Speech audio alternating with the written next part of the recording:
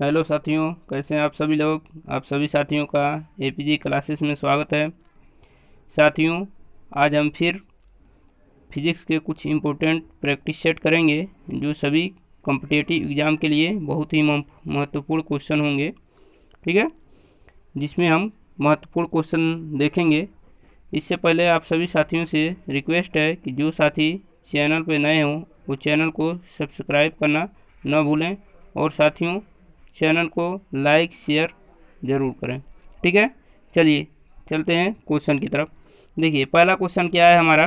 पहला क्वेश्चन हम देखेंगे कि एक अंतरिक्ष यात्री को एक अंतरिक्ष यान में पृथ्वी की परिक्रमा करते समय अनुभव होता है। यानी जब कोई अंतरिक्ष यात्री अंतरिक्ष में परिक्रमा करता है, ठीक है ना, पृथ्वी की परिक्रमा करता है, तो परिक्रमा करते समय उसे कैसा अनुभव होता है। ऑप्शन ए है अधिक भार का, ऑप्शन बी है कम भार का, ऑप्शन सी है भारहीनता का और ऑप्शन डी है कोई नहीं। तो हमें ये बताना है कि कैसा उसे अनुभव होगा। तो देखिए, जब कोई अंतरिक्ष यात्री को एक अंतरिक्ष यान में पृथ्वी की परिक्रमा करते समय उसे अनुभव होता है भारहीनता का। ठीक है ना, यानी ऑप्शन सी आपका क्या हो जाएगा, सही हो जाएगा। ठीक, अब देखिए, अब अगले क्वेश्चन की तरफ चलेंगे। अगला क्वेश्चन हमारा क्या है कि प्लास्टिक वस्तु के लिए यंग प्रत्यास्थता गुणांक होता है।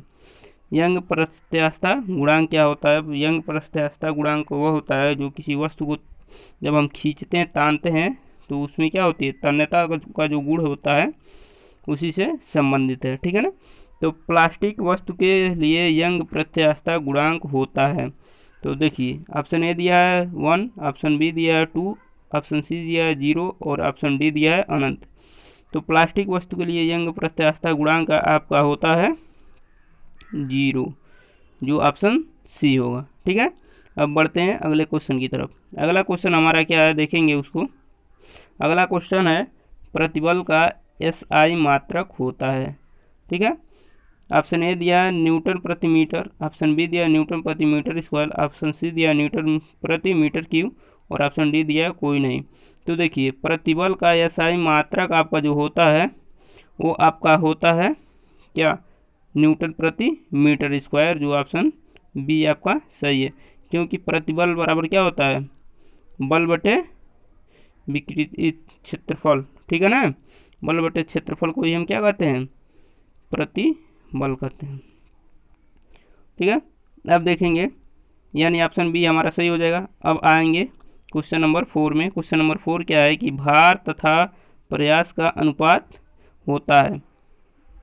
तो भार तथा आयास होना चाहिए, आयास का अनुपात कहलाता है, क्या कहलाता है। ऑप्शन ए है यांत्रिक लाभ, ऑप्शन बी है यांत्रिक हानि, ऑप्शन सी है आयाम और ऑप्शन डी है कोई नहीं। तो देखिए, भार तथा आयास का अनुपात आपका कहलाता है यांत्रिक लाभ, जो ऑप्शन ए है।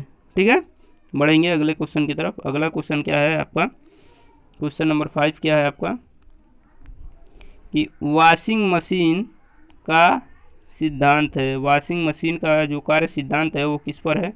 ऑप्शन ए है अपकेंद्रण, ऑप्शन बी है अपोहन, ऑप्शन सी है उत्क्रमण प्रासरण और ऑप्शन डी है विसरण। तो हमें बताना है कि वॉशिंग मशीन का जो सिद्धांत होता है वो कौन सा होता है। तो देखिए, वॉशिंग मशीन सिद्धांत का जो कार्य होता है वो होता है आपका अपकेंद्रण, यानी ऑप्शन ए।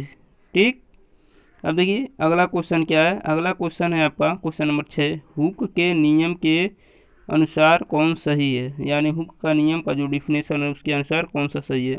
ऑप्शन ए है प्रतिबल गुणे विकृति, ऑप्शन बी है विकृति गुणे 1 प्रतिबल, ऑप्शन सी है प्रतिबल गुणे 1 विकृति और ऑप्शन डी है कोई नहीं।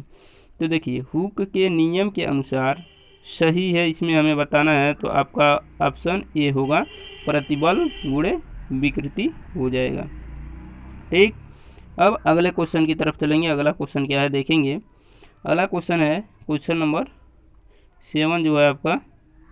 क्वेश्चन नंबर 7 क्या है आपका देखेंगे, जब वस्तु के आयतन में परिवर्तन होता है तो डैश कहते हैं। क्या कहते हैं? ऑप्शन ए अनुदैर्ध्य विकृति, ऑप्शन बी है प्रतिबल, ऑप्शन सी है आयतन विकृति और ऑप्शन डी है कोई नहीं। सबसे पहले हम जानते हैं विकृति क्या होती है। विकृति का मतलब होता है कि किसी भी वस्तु के आकार में जो परिवर्तन होता है उसे हम विकृति कहते हैं, ठीक है ना। तो जब वस्तु के आयतन में परिवर्तन होता है तो उसे कैसे विकृति कहेंगे? तो उसे आयतन विकृति कहेंगे, जो ऑप्शन सी हो जाएगा। ठीक, अगला क्वेश्चन देखेंगे, क्वेश्चन नंबर 8, निम्न में से कौन सबसे अधिक प्रत्यास्थ है? प्रत्यास्थ का मतलब किसको अधिक ताना जा सकता है। तो निम्न में से कौन सबसे अधिक प्रत्यास्थ है? ऑप्शन ए है क्वार्टज, ऑप्शन बी है मोम, ऑप्शन सी है शीशा और ऑप्शन डी है कोई नहीं। तो देखिए प्रत्यास्थ का मतलब जिसको तानने पर वो क्या टूटे ना जल्दी, ज़्यादा से ज़्यादा उसको क्या किया जाए, ताना जा सके। तो आप देखिए मोम को तानेंगे थोड़े से ही तो क्या हो जाएगा, टूट जाएगा। इसी तरह शीशे को भी अगर थोड़ा सा ताना जाए तो वो भी टूट जाएगा। और डी वाला तो कोई नहीं, ये तो हो ही नहीं सकता है। तो ऑप्शन ये हमारा हो जाएगा क्वार्टर्स। ठीक, अगला क्वेश्चन देखेंगे।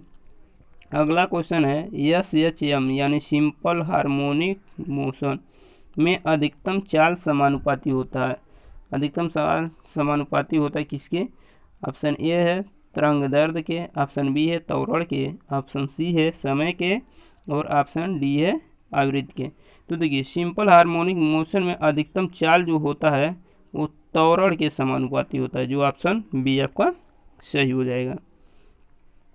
अब आते हैं क्वेश्चन नंबर 10, पेंडुलम घड़ी तीव्र गति से चल सकती है। कब चलेगी पेंडुलम घड़ी तीव्र गति से? ऑप्शन ए दिया है ग्रीष्म ऋतु में, ऑप्शन बी दिया है शीत ऋतु में, ऑप्शन सी दिया है बसंत ऋतु में और ऑप्शन डी दिया है कोई नहीं। तो हमें बताना है कि पेंडुलम घड़ी तीव्र गति से कब चलेगी। तो देखिए पेंडुलम घड़ी जो होती है वो तीव्र गति से शीत काल में ही चलेगी। क्यों? क्योंकि शीत काल में क्या होती है, वस्तु का जो घड़ी का क्षेत्रफल होता है वो क्या होता है, थोड़ा सिकुड़ जाता है। और जब क्षेत्रफल कम हो जाएगा तो जो घड़ी की सुई हुई वो तेज़ी से क्या करेगी, गति करेगी। ठीक, अब अगले क्वेश्चन की तरफ चलेंगे। अगला क्वेश्चन क्या है आपका, लोला की कालावधि, लोला की कालावधि किस पर निर्भर करती है? ऑप्शन ए दिया है द्रव्यमान के ऊपर निर्भर करती है, ऑप्शन बी दिया है लंबाई के ऊपर निर्भर करती है, ऑप्शन सी दिया है समय के ऊपर निर्भर करती है और ऑप्शन डी दिया है कोई नहीं। तो देखिए लोला की जो कालावधि होती है आपका वो लंबाई के ऊपर निर्भर करती है, ठीक है ना।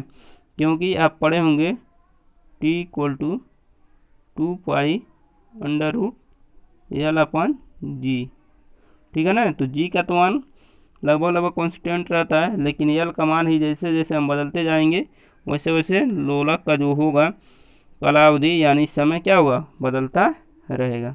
ठीक है, अगले क्वेश्चन की तरफ चलेंगे। अगला क्वेश्चन क्या है, क्वेश्चन नंबर 12, घड़ी के स्प्रिंग में भंडारित ऊर्जा है, यानी जो घड़ी की स्प्रिंग होती है उसमें कौन सी ऊर्जा स्थित होती है? तो ऑप्शन ए दिया है गतिज ऊर्जा, ऑप्शन बी दिया स्थितिज ऊर्जा, ऑप्शन सी दिया उसमें ऊर्जा और ऑप्शन डी दिया कोई नहीं। तो देखिए घड़ी की जो स्प्रिंग में भंडारित ऊर्जा होती है वो आपकी होती है स्थितिज ऊर्जा। ठीक है, ये क्वेश्चन बहुत सारे एग्जामों में पूछे जाते हैं। ठीक है, तो जो भी ये हमारे क्वेश्चन है वो बहुत ही इम्पोर्टेंट है। ठीक है, अगला क्वेश्चन देखेंगे, आवृत्ति N=, आवृत्ति जो होती है वो किसके बराबर होती है? ऑप्शन ए दिया है N=W/2π, ऑप्शन बी दिया है N=W/π, ऑप्शन सी दिया है N=2π/W और ऑप्शन डी दिया है कोई नहीं। तो देखिए आवृत्ति जो आपकी होती है वो W/2π के बराबर होती है, यानी ऑप्शन ए हो जाएगा। ठीक, अब देखेंगे क्वेश्चन नंबर 14, सरल लोलक का आवर्तकाल होता है।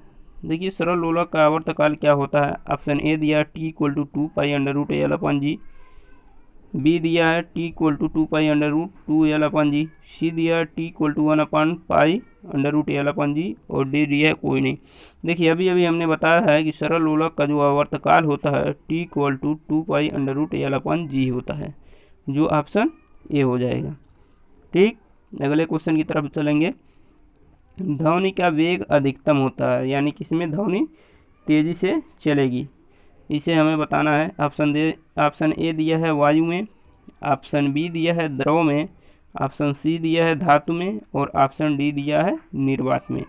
तो हमें बताना है कि ध्वनि का वेग अधिकतम होगा। तो देखिए ध्वनि का वेग आपका अधिकतम होगा धातु में। धातु में ध्वनि का वेग अधिकतम होता है, उसके बाद द्रव में, उसके बाद निर्वात में। ठीक है, देखिए यहाँ पर क्वेश्चन नंबर 16, आयाम का मात्रक होता है। हमें बताना है कि आयाम का जो मात्रक होता है वो क्या होता है। ऑप्शन ए दिया है सेंटीमीटर, ऑप्शन बी दिया है मीटर, ऑप्शन सी दिया है ए और बी दोनों, और ऑप्शन डी दिया है कोई नहीं। ठीक है, तो आयाम देखिए, आयाम एक प्रकार का दूरी ही होता है, एक है। तो दूरी का मात्रक हम जानते हैं या तो सेंटीमीटर होगा या तो मीटर होगा। तो हम देखेंगे सेंटीमीटर और मीटर दोनों ही दूरी का मात्रक होते हैं, इसलिए हमारा ए और बी दोनों सही होगा, जो ऑप्शन सी हमारा हो जाएगा। अगले क्वेश्चन की तरफ चलेंगे। अगला क्वेश्चन क्या है कि लगभग 20 डिग्री सेल्सियस के तापक्रम पर किस माध्यम में ध्वनि की गति अधिकतम होगी। ठीक है, 20 डिग्री सेल्सियस तापमान पर हमें बताना है किस माध्यम में ध्वनि की गति अधिकतम होगी। ऑप्शन ए दिया हवा में, ऑप्शन बी दिया ग्रेनाइट में, ऑप्शन सी दिया है पानी में और ऑप्शन डी दिया है लोहा में। तो अभी हमने बताया है कि लोहे में जो ध्वनि की गति होगी वो अधिकतम हो जाएगी, यानी 17 का डी हो जाएगा। अब आते हैं क्वेश्चन नंबर 18 पर, मनुष्य की श्रव्यता की सीमा क्या है, यानी जो मनुष्य की श्रव्यता की सुनने की सीमा है वो कितनी है। ऑप्शन ए दिया है 20 हर्ट्ज से 20,000 हर्ट्ज, ऑप्शन बी दिया है 80 हर्ट्ज से 100 हर्ट्ज, ऑप्शन सी दिया है 24 लाख और ऑप्शन डी दिया है 9 नहीं, यानी कोई नहीं। तो देखिए मनुष्य की जो श्रव्यता की सीमा जो होती है वो 20 हर्ट्ज से 20,000 हर्ट्ज के बीच होती है, जो ऑप्शन ए है 18 का ए। ठीक है, यानी मनुष्य केवल 20 हर्ट्ज से 20,000 हर्ट्ज के बीच के ही आवृत्तियों को सुन सकता है, इससे अधिक की आवृत्ति को नहीं सुन सकता है और इससे कम की आवृत्ति को भी नहीं सुन सकता है। चलिए अगले क्वेश्चन की तरफ चलेंगे। अगला क्वेश्चन क्या है कि क्वेश्चन नंबर 19, पराध्वनि विमान किस प्रघाती तरंग को पैदा करती है, यानी पराध्वनि जो विमान होते हैं वो किस प्रकार के प्रघाती तरंग को पैदा करते हैं। ऑप्शन ए दिया है संक्रमण तरंग, ऑप्शन बी दिया है पराश्रव्य तरंग, ऑप्शन सी दिया अनुप्रस्थ तरंग और ऑप्शन डी दिया है ध्वनि बूम। तो पराध्वनि विमान जो आपके होते हैं वो ध्वनि बूम क्या करते हैं, पैदा करते हैं, जो ऑप्शन डी होगा आपका।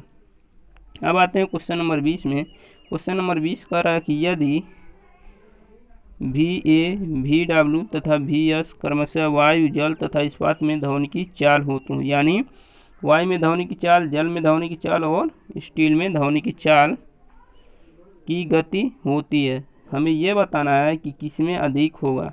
ठीक है, उसके बाद उससे कम किस में होगा, उसके बाद सबसे कम किस में होगा। तो अभी हमने बताया है कि ध्वनि का जो चाल होता है वो स्टील में सबसे अधिक होगा, उससे कम आपका किस में होगा, वाटर में, लिक्विड में, और उससे कम किस में होगा, एयर में। तो आपका देखेंगे कौन सा ऑप्शन है इसमें होगा, तो ऑप्शन हम देखेंगे तो आपका ऑप्शन जो होगा वो ऑप्शन ए हो जाएगा, क्योंकि सबसे अधिक स्टील में, उससे कम वाटर में, उससे कम एयर में। ठीक है, तो ये आपके थे टॉप 20 क्वेश्चन।